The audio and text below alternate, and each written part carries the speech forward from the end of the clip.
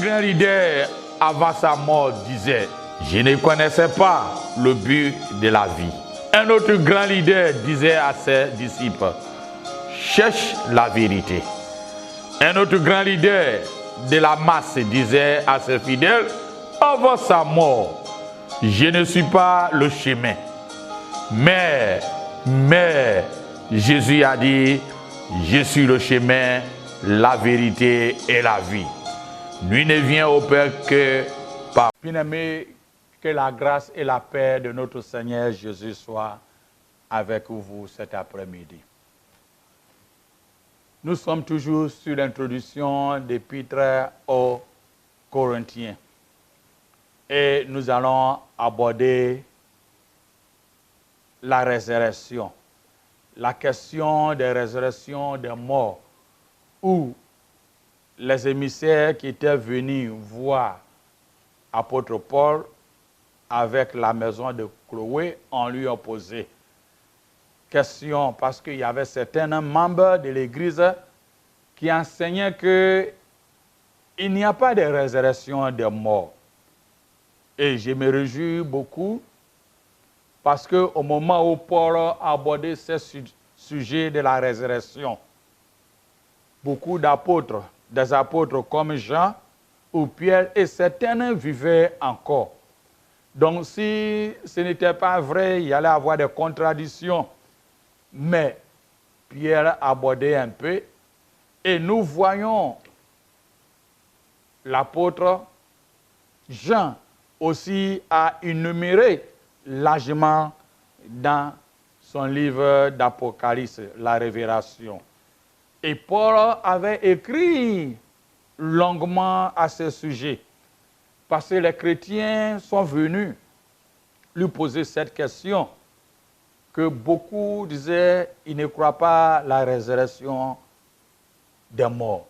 C'est très important, parce que il y a certaines personnes, quand ils vont voir un homme de Dieu, leurs propres problèmes même, ils aiment aborder ce qui concerne aux autres. Mais ils oublient à dire ce qui les concerne même. Ceux qui étaient venus là, ils parlaient que les autres, mais ils ne parlaient pas ce qui est typiquement à eux-mêmes. Peut-être eux aussi, ils ne croyaient pas à la résurrection des morts.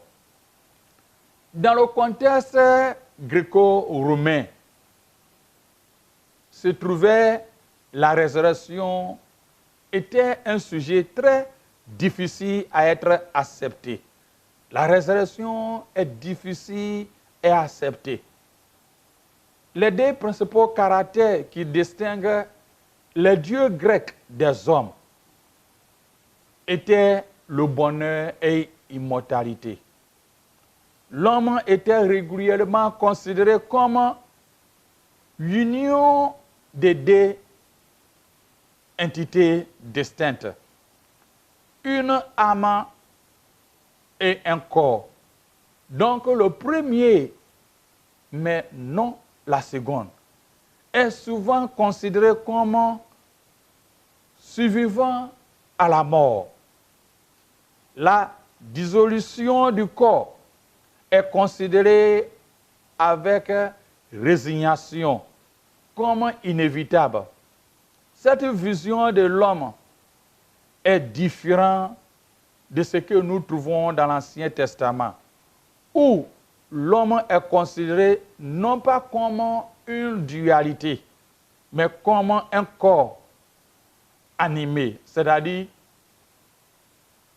une unité. En Égypte, on croyait que l'âme quittait le cadavre pendant la période limitée. Ce n'est pas clairement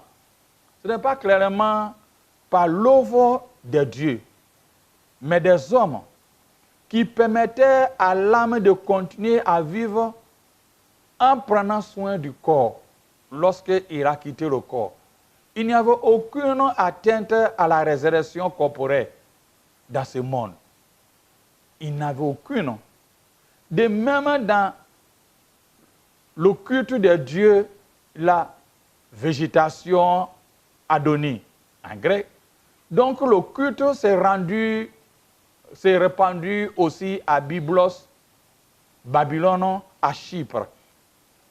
Et au monde gréco-romain en général, il n'y a aucune preuve de croyance à la résurrection des personnes. Ça, ils ne croyaient pas. Donc, quand Jésus parlait de la résurrection, c'est comme des choses utopiques. C'est comme des choses utopiques. Mais paradoxal, il y avait certains philosophes grecs qui croyaient à la résurrection. Il y avait philosophes comme Pythagore, mort à 495 avant Jésus-Christ, était un mathématicien grec. Pythagore croyait à la résurrection et soutenait que l'âme purifiée rejoindra les habitants exaltés dans des mondes supérieurs, tandis que les méchants resteraient emprisonnés sur la terre, qui sera enveloppé des flammes de feu.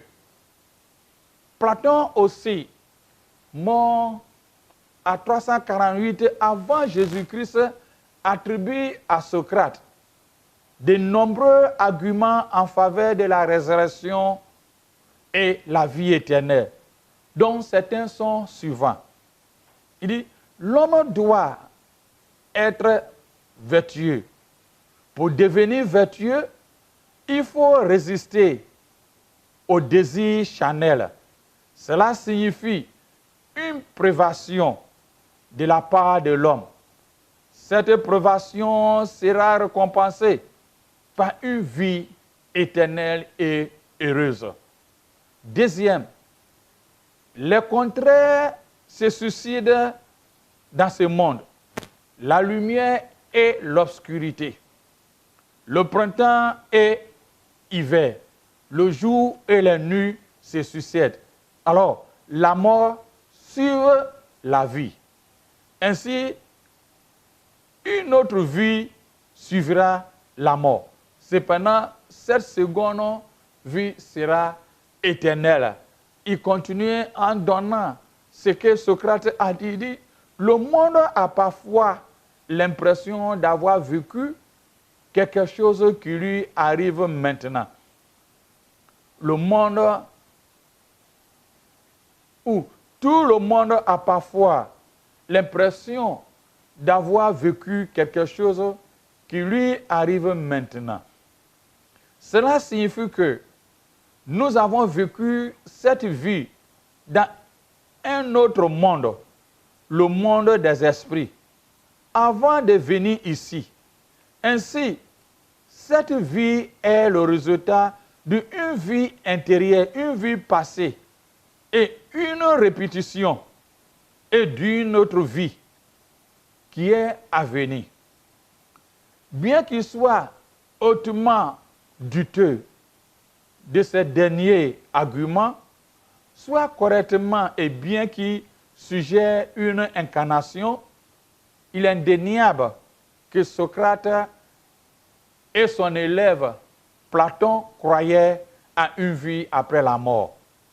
Aristote aussi,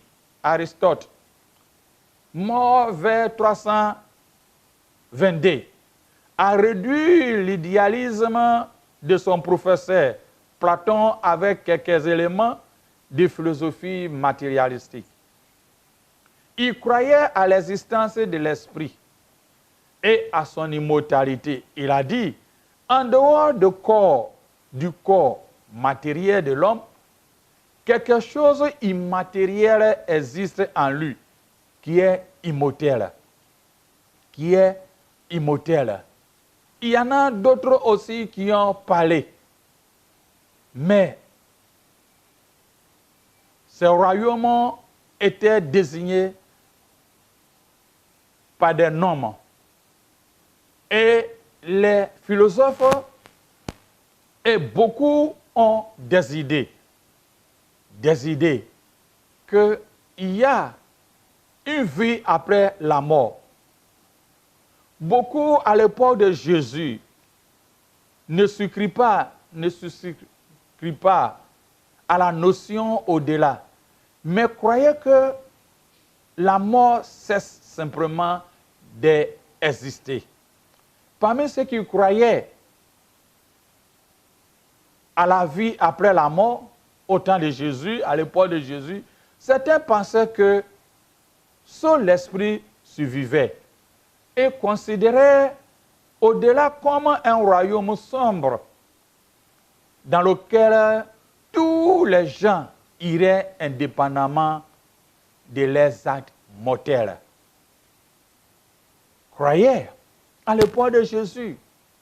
Beaucoup croyaient que après la mort, ils pensaient que l'esprit va survivre. Ils considéraient qu'il y a au-delà comme un royaume, mais c'est sombre, dans lequel tous les gens iraient indépendamment de leurs actes immortels. Ces royaumes, ils les ont désignés par des divers noms comme Sheol, Géana ou Hadès. Des sources anciennes indiquent que les Juifs à l'époque de Jésus avaient aussi des diverses hypothèses sur le destin du corps physique après la mort. Comme le rapporte le historien juif Joseph, les pharisiens enseignaient que le juste auront le pouvoir à revivre et de revivre, tandis que les sadduciens croyaient que les âmes meurent avec le corps. Jésus et ses disciples ont raconté de telles croyances. Jésus et ses disciples ont raconté cette croyance. En effet, Paul décrit lui-même comme un pharisien, le fils d'un pharisien. Lorsque nous lisons Actes chapitre 23, versets 6 à 7, il rapporte comment une croyance partagée en la résurrection a rendu la prédication de Paul sur le Christ plus persuasive pour les pharisiens. Lorsque nous lisons Actes chapitre 23, versets 6 à 7, Paul dit ceci: sachant qu'une partie de l'assemblée était composée de sadduciens et l'autre des pharisiens, s'écriait dans le Sahédrien: oh mon frère, je suis pharisien, fils d'un pharisien. C'est à cause de l'expérience et de la résurrection des morts que je suis mis à un jugement. Quand il eut dit cela, il s'éleva une discussion entre les pharisiens et les sadduciens, et l'assemblée se divisait. L'opinion juive sur la résurrection était clairement par la littérature que les Juifs appréciaient, y compris de ceux qui est maintenant dans l'Ancien Testament. Le livre de Daniel, par exemple, parle d'un temps où plusieurs de ceux qui dorment dans la poussière de la terre réveilleront, les uns pour la vie éternelle et les autres pour l'aube, pour la honte éternelle. Lorsque nous voyons Daniel chapitre 12, verset 2. De telles références explicites à la résurrection, bien que rares dans l'Ancien Testament, ont souvent été écrits pendant la période de détresse, l'exil et la persécution, démontrent le potentiel de la doctrine à donner l'espoir et le réconfort à ceux qui souffraient. Un autre texte juif populaire parmi les 7 frères juifs qui ont été martyrisés de leur foi avant que le dernier frère ne soit exécuté. Sa mère encourageait à rester fidèle. Un texte populaire des Juifs. Il a dit, ne crains pas ce bourreau, mais te montrera digne de tes frères. Accepte la mort, afin que je te retrouve avec eux dans la miséricorde. Lorsque nous voyons Maccabée, chapitre 2, ceux qui lisent les livres apocryphes, voient dans 2 Maccabée 7, verset 29, mais c'est un texte qui est hors du canon, hors des livres inspirés, mais les Juifs lisent ça beaucoup et c'est un livre populaire, Maccabée. Il dit, la mère dit à son fils d'accepter fidèlement la mort et rejoindre à ses frères qui sont déjà morts durant la persécution au temps romain. Mais sache qu'elle va le retrouver avec ses frères dans la mer de miséricorde. Dans ce passage, la foi à une résurrection est permise. À une mère, à un fils d'affronter fidèlement les épreuves. La foi leur est également donné l'assurance que les dommages corporels et les déficiences ne persisteront pas dans l'au-delà. De même, l'enseignement dans le Nouveau Testament sur la résurrection favorise l'espoir et porte du réconfort. Paul a souligné que grâce à la résurrection, nous pouvons surmonter la mort, la douleur et la perte. Il a écrit aux Corinthiens qui étaient posé la question et qui doutaient la résurrection en disant ceci. Lorsque le corps corruptible aura revêtu incorruptibilité et que le corps mortel aura revêtu l'immortalité, alors accomplira la parole qui est écrite. La mort a été engloutie dans la victoire. Ô mort, où est ta victoire? Ô mort, où est ton aiguillon? Quand il a écrit à 1 Corinthiens chapitre 15, versets 54 à 57. La résurrection est le cœur de la foi chrétienne, au point que Paul a dit, s'il n'est pas résurrection, notre prédication est donc vaine, et notre foi est vaine, est aussi vaine. Marc 16, versets 1 à 12, nous fait comprendre. Parce que les Grecs et les Romains doutaient la résurrection. Donc quand Christ était mort, ils étaient susceptibles à savoir est-ce que vraiment il sera ressuscité ou à un moment donné, ils ont eu, mais est-ce qu'ils ne vont pas voler le corps? Mais Marc 16, versets 1 à 12 nous fait comprendre. Lorsque le sabbat fut passé, Marie Magdala, Marie, mère de Jacques, et Salomé achetaient des aromates afin d'aller embaumer Jésus. Le premier jour de la semaine, elle s'est rendue au sépulcre.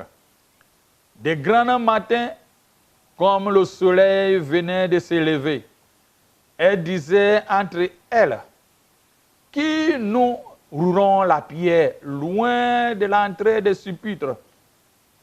Et le levant les yeux, elles aperçurent que la pierre, qui était très grande, avait été enroulée. Elle entrait dans le sépulcre, vit un jeune homme assis à la droite, vêtu d'une robe blanche, et elle fut épouvantée. Il a dit, ne vous épouvantez pas. Vous sachez, Jésus de Nazareth, qui était crucifié, il est ressuscité. Il n'est point ici, voici le lieu où on l'avait mis. Mais allez dire à ses disciples et à Pierre qui vous précède en Galilée. C'est là que vous le verrez. Comment il vous l'a dit, est sorti du sépulcre et s'enfuit. La paix et le trouble les avaient saisis. Et elle ne dit rien à personne à cause de l'effroi. Jésus étant ressuscité le matin, le premier jour de la semaine, apparut d'abord à Marie-Madeleine, Madeleine, de laquelle elle avait chassé les 7 démons. Elle allait emporter la nouvelle à ceux qui avaient été avec lui et qui s'affligeaient et priaient. Quand ils attendirent qu'elle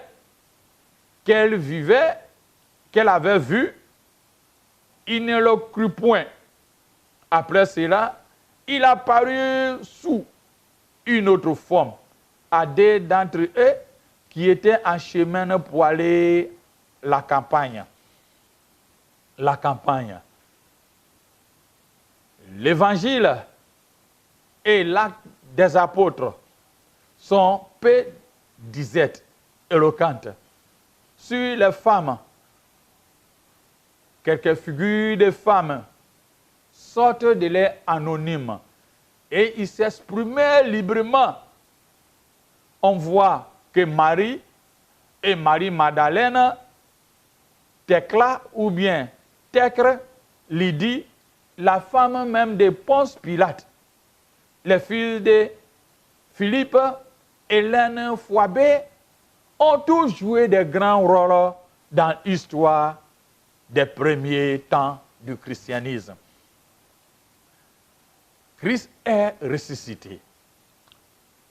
C'est une différence pour la croyance chrétienne par rapport aux autres religions. Que les morts, ils ont les mêmes idées, comme j'ai développé de Platon, de Socrate, de Pythagore et des autres. Oui, l'homme va vivre après la mort, mais ils n'ont pas certain. Les prophètes, les maîtres, n'est pas certain. Et comment ces choses vont se produire? Mais bien aimé, toi et moi, nous devons réjouir. Parce que Dieu nous a donné un fait de route. Étant vivants, nous savons et nous connaissons quelle est ton attitude avant la mort, ou enlèvement, ou après la mort.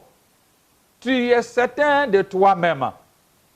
Mais pitié, à bon nombre de religions, toutes, ils sont fervents, mais ils doutent de leur croyance après la mort. Et ils n'ont pas la certitude à l'heure où je vous parle, si vraiment ils vont vivre après la mort, quelles seront leurs conditions. Paul nous a fait comprendre que si Christ n'est pas ressuscité, notre croyance allait être en vain. Notre croyance allait être en vain. À Corinthe, comme j'ai dit, certains ne croyaient pas. Comme aujourd'hui, certaines religions de ce monde ont des doutes de la résurrection après la mort. Paul éclaire dans verset 15, chapitre 15, verset 1 à 14, en disant, je vous rappelle, frères, l'évangile que je vous annonce, que vous avez reçu, dans lequel vous avez persévéré, par lequel vous êtes sauvés. Si vous vous retenez tel que je vous ai annoncé autrement, vous aurez cru en vain. Je vous ai enseigné avant tout, comme je l'avais aussi reçu, que Christ est mort pour nos péchés, selon les Écritures, qu'il était enseveli, qu'il est ressuscité le 3e jour selon les Écritures et qu'il est apparu à Céphas, Pierre, puis aux 12. Or, si on le prêche que Christ est ressuscité des morts, comment quelques-uns parmi vous disent qu'il n'y a pas résurrection des morts?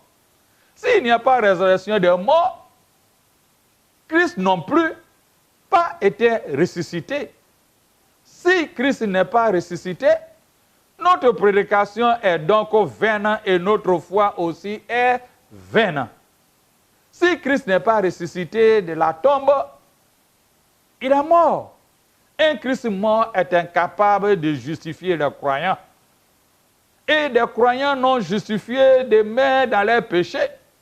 Nous tirons de cela la conclusion inéluctable que la justification des croyants repose carrément sur la résurrection de Jésus-Christ. Toi et moi, nous sommes justifiés à cause de la résurrection de Christ. Sans le Christ ressuscité, il n'y a pas de justification. Et sans justification, il n'y a pas la foi vivante. Et sans la foi vivante, il n'y a pas de pardon du péché. Paul confronte les chrétiens de Corinthe comme à nos jours les religieux, ou certaines religions qui ne croient pas à la résurrection et qui doutent de leur croyance, qui rejettent la résurrection de Christ, et il leur dit, si vous demeurez dans vos péchés, votre foi est inutile. Vous ne donnerez aucune preuve que vous faites partie du peuple sanctifié de Dieu et vous n'êtes pas sauvés. Paul continue dans le verset 19 à 22 en disant ceci. Si c'est dans cette vie seulement que nous espérons Christ, nous sommes plus malheureux que tous les hommes. Mais maintenant, Christ est ressuscité des morts. Il est le premier de ceux qui sont morts. Car, puisque la mort est venue par un homme, c'est aussi par un homme est venue la résurrection des morts. Alléluia. Et que comme tout meurt en Adam, de même tout aussi revivront en Christ. Lorsque Christ viendra, il détruira la domination, toute autorité et toute puissance. Car il faut qu'il règne jusqu'à ce qu'il a mis sur ses pieds les ennemis sur ses pieds. Le dernier ennemi qui sera détruit, c'est la mort, après la victoire sur ses ennemis. Il remettra son royaume à notre Père, Dieu le Créateur. De même, chapitre 15, versets 24 à 26. Mais bien aimés, sachant que dans cette résurrection, il y a deux temps. Il y a d'abord l'enlèvement. Il y a d'abord l'enlèvement que Paul nous adresse. Et il y a ce qu'il nous adresse dans 1 Thessaloniciens chapitre 4, verset 14 à 18. Et il y a aussi le jour du Seigneur, qui est après 1000 ans. Bien aimé, le temps ne me permettra pas d'aller en détail de ces deux types de résurrection. Mais il a permis les Corinthiens qui étaient venus à cause de la philosophie qui se passait, qui doutaient est-ce qu'il y a la mort après la vie, il les fait comprendre. Non seulement il y a la vie après la mort, mais le corps glorifié. Cela ne veut pas dire que le corps reste dans la terre, cadavre et pourri, et l'âme là va rester. Non, non, c'est le corps glorifié. Donc si tu fais du mal à ton corps, et ton corps n'est pas le temple à l'Éternel et de Dieu, tu es disqualifié. Donc le corps sera glorifié. Donc, Corinthiens, ne sache pas que C'est l'esprit qui vivait comme les philosophes, les intellectuels à son temps paraît. Aujourd'hui, il y a même les nouvelles âges et bien d'autres personnes croient qu'ils ont trouvé une autre connaissance. Mais ce qui a été, et c'est ce qui sera, et c'est ce qui fera, il n'y a rien de nouveau. Christ est ressuscité, il y a la résurrection, il y a la résurrection après la mort. Si Christ est d'avenir, nous allons encore développer un passage très pertinent que il y avait à cause de la persécution au temps et à Corinthe, les gens baptisaient les morts. Si Christ a d'avenir, nous allons développer. Un grand leader avant sa mort disait: je ne connaissais pas le but de la vie. Un autre grand leader disait à ses disciples: cherche la vérité. Un autre grand leader de la masse disait à ses fidèles avant sa mort: je ne suis pas le chemin. Mais Jésus a dit: je suis le chemin, la vérité et la vie. Nul ne vient au Père que par moi.